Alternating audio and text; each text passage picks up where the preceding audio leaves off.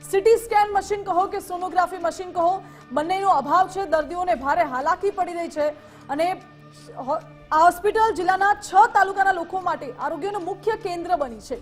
દરરોજ 900 થી 1000 જેટલા દર્દીઓ અહીં સારવાર માટે આવે છે, પરંતુ પાયાની સુવિધાઓનો જ અભાવ છે અને દર્દીઓએ નિરાશા ભર્યા મોઢે પાછા ફરવું પડે છે. ક્યારેક અકસ્માત થયો હોય, ગંભીર ઈજાઓ થઈ હોય, માથામાં કોઈક ઈજા થઈ હોય, બ્રેઇન હેમરેજ હોય કે અન્ય જટિલ બીમારીઓ હોય, આવી બધી જ પરિસ્થિતિમાં સિટી સ્કેન કરવો અનિવાર્ય બની જતો હોય છે. જ્યારે લોકો વેરાવળ સિવિલ હોસ્પિટલમાં આવે છે તો અહીં સિટી સ્કેન મશીન જ નથી, ઉપલબ્ધ જ નથી. બીજી બાજુ સોનોગ્રાફી મશીનની વાત કરવામાં આવે, કોઈ ગર્ભવતી લેડીઝ છે અથવા તો પછી કોઈ અન્ય સમસ્યા છે, મહિલાઓને લગતી સમસ્યા છે, જ્યારે સોનોગ્રાફી કરવાની જરૂરિયાત પડે તો સોનોગ્રાફી મશીન પણ નથી આ હોસ્પિટલ પાસે.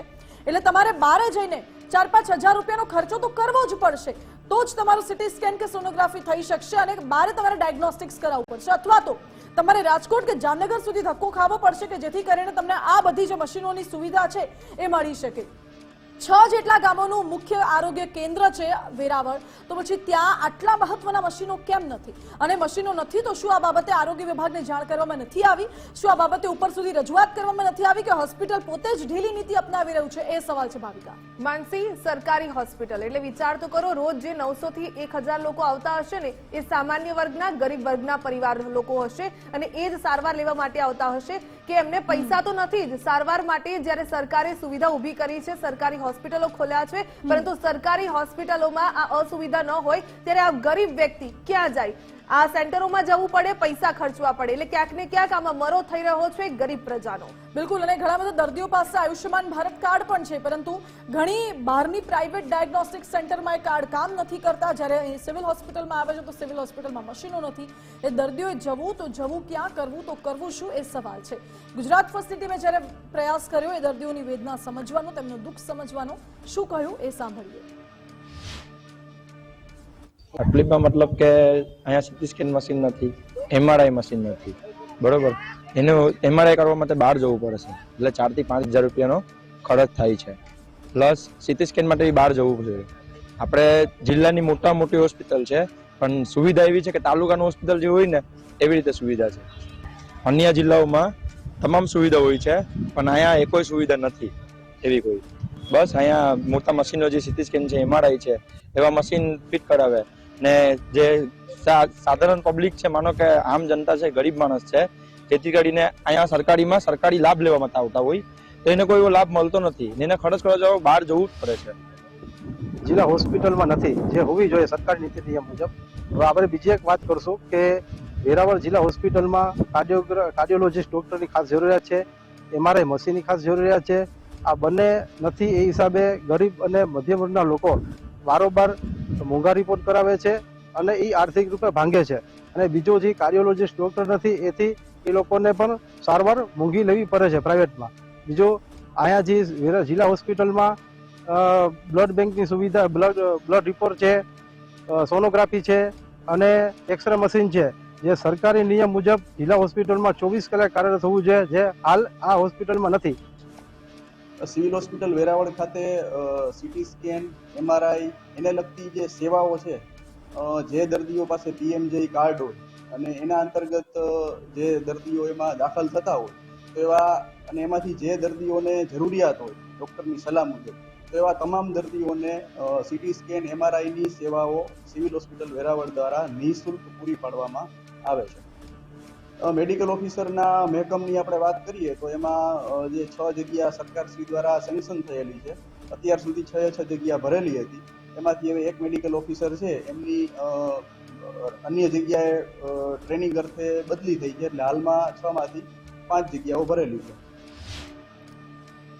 એટલે સરકારની નીતિ છે સૌને માટે આરોગ્ય, તો પછી અહીં કેમ નથી મળતું? આજ મુદ્દે વાત કરીશું.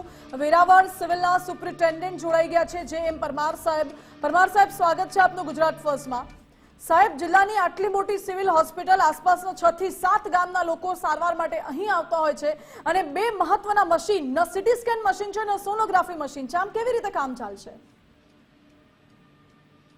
સિવિલ હોસ્પિટલ વેરાવળ ખાતે જે સીટી સ્કેન અને MRI ને લગતી સુવિધાઓ છે, જે દર્દીઓ પાસે આયુષ્માન કાર્ડ કે PMJ કાર્ડ ધરાવતા હોય અને એના અંતર્ગત જે દર્દીઓ હોસ્પિટલ ખાતે દાખલ થાય તો એમને આ સીટી સ્કેન અને MRI ને લગતી સેવાઓ કે જેમાં એની જરૂરિયાત હોય, ડોક્ટર્સ નક્કી કરે અને એમાં જરૂરિયાત હોય ને એમની પાસે આ કાર્ડ હોય તો આ પ્રકારની સેવાઓ છે એ પ્રાઇવેટના જે સીટી સ્કેન અને MRI સેન્ટર હોય એની સાથે MOU કરીને આ સેવાઓ તદ્દન નિઃશુલ્કપણે પૂરી પાડવામાં આવે છે.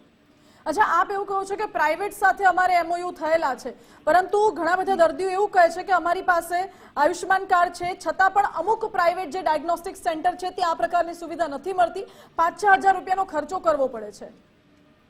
ના, જે દર્દીઓ પાસે આયુષ્યમાન કાર્ડ હોય ડોક્ટરે એમાં સજેસ્ટ કરેલું હોય, ડોક્ટરને જરૂરિયાત લાગે તો એવા દર્દીઓને નિઃશુલ્ક આ સેવાઓ આપવામાં આવે છે અને ઓલરેડી એમાંથી જે જરૂરિયાતમંદ અમુક દર્દીઓ છે ને ઓલરેડી અપાયેલી પણ છે આ સેવાઓ. સર, પણ આપણી આ જે જિલ્લાની મુખ્ય હોસ્પિટલ કહી શકાય, અહીંયા શા માટે નથી, એ એક કારણ શું હશે? સરકારશ્રીમાંથી એમની ઉપલબ્ધ થશે એટલે એ હોસ્પિટલ ખાતેથી પણ આપી શકાશે, પરંતુ અત્યારે પણ એ સેવામાં કોઈ વિક્ષેપ પડેલો નથી. એમ એટલે આપે રજૂઆત કરી છે આ મશીન માટે? હા, એ રજૂઆત ઓલરેડી થયેલી છે અને સરકારશ્રીને પણ ધ્યાને છે આ વસ્તુઓ. અચ્છા, પણ સર ઘણા સમયથી આ સમસ્યા છે, દર્દીઓનું એવું કહેવું છે, અને અત્યારે જ્યારે આપણે વાત કરી રહ્યા છીએ આપ કહી રહ્યા છો કે હજુ સરકારને રજૂઆત કરી છે, સરકારનો જવાબ ક્યારે આવશે અને ક્યારે આ હોસ્પિટલમાં આ પ્રકારના જે આધુનિક મશીનો છે ઉપલબ્ધ કરાવાશે એની તો હજુ કોઈ ગેરંટી જ નહીં, એટલે એટલો સમય સુધી હજુ પણ દર્દીઓ હેરાન જ થવું પડશે? એટલે હજી હું ફરીથી કહું છું કે જે દર્દીઓ સરકારની જે આ યોજના છે આયુષ્યમાન કાર્ડ વાળી, મા યોજના વાળી, એ તો ઘણા સમયથી સર બિલકુલ અમે તમારી વાત સમજી ગયા. આપ પણ ઈચ્છી રહ્યા છો કે દર્દીઓ છે બીજી હોસ્પિટલમાં કાર્ડ હોય એ જઈને સારવાર લઈ શકે, પણ આપ માનો છો કે સરકારી હોસ્પિટલમાં એ જ લોકો આવતા હોય, ગરીબ વર્ગના હોય, મધ્યમ વર્ગના હોય, એટલે હોસ્પિટલ આવી રહ્યા છે પરંતુ જો તેમને જરૂરિયાત જણાય સીટી સ્કેન કરવાની કે સોનોગ્રાફી કરવાની તો બીજી એકવાર બીજી હોસ્પિટલે ધક્કો ખાવાનો? નહીં, બીજી કોઈ હોસ્પિટલને જવાની વાત નથી કરતો. આ હોસ્પિટલ તરફથી જ જેમની સાથે પેલું ટાઈઅપ કે MOU બિલકુલ સર, હોસ્પિટલ તરફથી જ હોય પરંતુ બીજી હોસ્પિટલ તો જવું પડે ને, એટલે આપ માની શકો છો કે જ્યારે કોઈ દર્દીને તકલીફ થઈ રહી છે ત્યારે તે હોસ્પિટલ આવે અને પછી તેને બીજી કોઈ હોસ્પિટલ રિફર કરવામાં આવે. આપ તો હોસ્પિટલમાં કાર્યરત છો, આપ ખૂબ સારી રીતે જાણતા હશો કે મેડિકલ ક્ષેત્રમાં સમય એ કેટલું કિંમતી વસ્તુ કહી શકાય. એટલે મેં કીધું એમ કે આ જે સેવાઓ છે એ સેવાઓ મળી તો રહે છે દર્દીને, એવું નથી કે બિલકુલ અભાવ છે આ સેવાઓનો. અને સરકારશ્રીને આ વસ્તુ ધ્યાનમાં પણ છે અને સરકારશ્રીમાંથી પણ આને લગતી જે બધી જે કાંઈ એની પ્રોપર પ્રોક્યુરમેન્ટને લગતી પ્રોસિજર ને અંતે હોય એ બધું ચાલુ છે, એટલે અમે એવી આશા રાખીએ કે વહેલી તકે ઉપલબ્ધ થઈ શકશે. બિલકુલ સર. બિલકુલ પરમાર સાહેબ, આપનો ખૂબ ખૂબ આભાર અમારી સાથે જોડાવા માટે. અમે પણ એવી આશા રાખી રહ્યા છીએ કે જે પ્રકારે અમારી સાથે સરે ખૂબ જ સરસ રીતે વાતચીત કરી, જે રજૂઆત કરવામાં આવી છે, સરકાર પણ આ રીતે સુવિધાઓ ઉપલબ્ધ કરવા માટે તત્પર હોય છે, તો આજે અછત પડી રહી છે મશીનોની, ક્યાંક ધર્મનો ધક્કો બીજા હોસ્પિટલ ખાવો પડી રહ્યો છે, એ ન ખાવો પડે એ જ અમારા આ મુદ્દાનો ઉદ્દેશ્ય હતો. માનસી, જ્યારે પણ કોઈ મુદ્દો સીધું ને સટમાં ઉઠાવવામાં આવે કે પછી ગુજરાત ફર્સ્ટ ઉઠાવે છે તો એનો ઉદ્દેશ્ય માત્ર એટલો હોય કે જનતાને જે તકલીફો પડી રહી છે તે તકલીફોનું સમાધાન આવે, એનું નિવારણ આવે ને એટલા જ માટે સવાલો એ થતા હોય છે, સત્તાને થતા હોય છે, અધિકારીઓને થતા હોય છે. બિલકુલ, અને અત્યારે જે દર્દી હશે, દર્દી કદાચ પીડામાં હશે ને આ બધી વસ્તુઓ માટે નાની નાની જગ્યાએ અલગ અલગ જગ્યાએ ધક્કા ખાવા પડે, રજૂઆતો કરવી પડે, કહેવું પડે, રેફરન્સ જોઈએ, એટલે આ બધી સમસ્યામાંથી તમને સમાધાન આવે. જેમ કે હોસ્પિટલના સુપ્રિન્ટેન્ડન્ટે કહ્યું છે કે રજૂઆત કરી છે, સરકાર તરફથી પણ આ બાબતે તાત્કાલિક પગલાં ભરવામાં આવે, લોકોની સુખાકારીમાં વધારો થાય એવા પ્રયાસો થાય તેવી આશા રાખીએ છીએ. આ સાથે જ અમારી વિશેષ રજૂઆત સીધું નસટમાં અત્યારે બસ આટલું જ. વધુ સમાચાર માટે આપ જોતા રહો ગુજરાત ફર્સ્ટ. નમસ્કાર.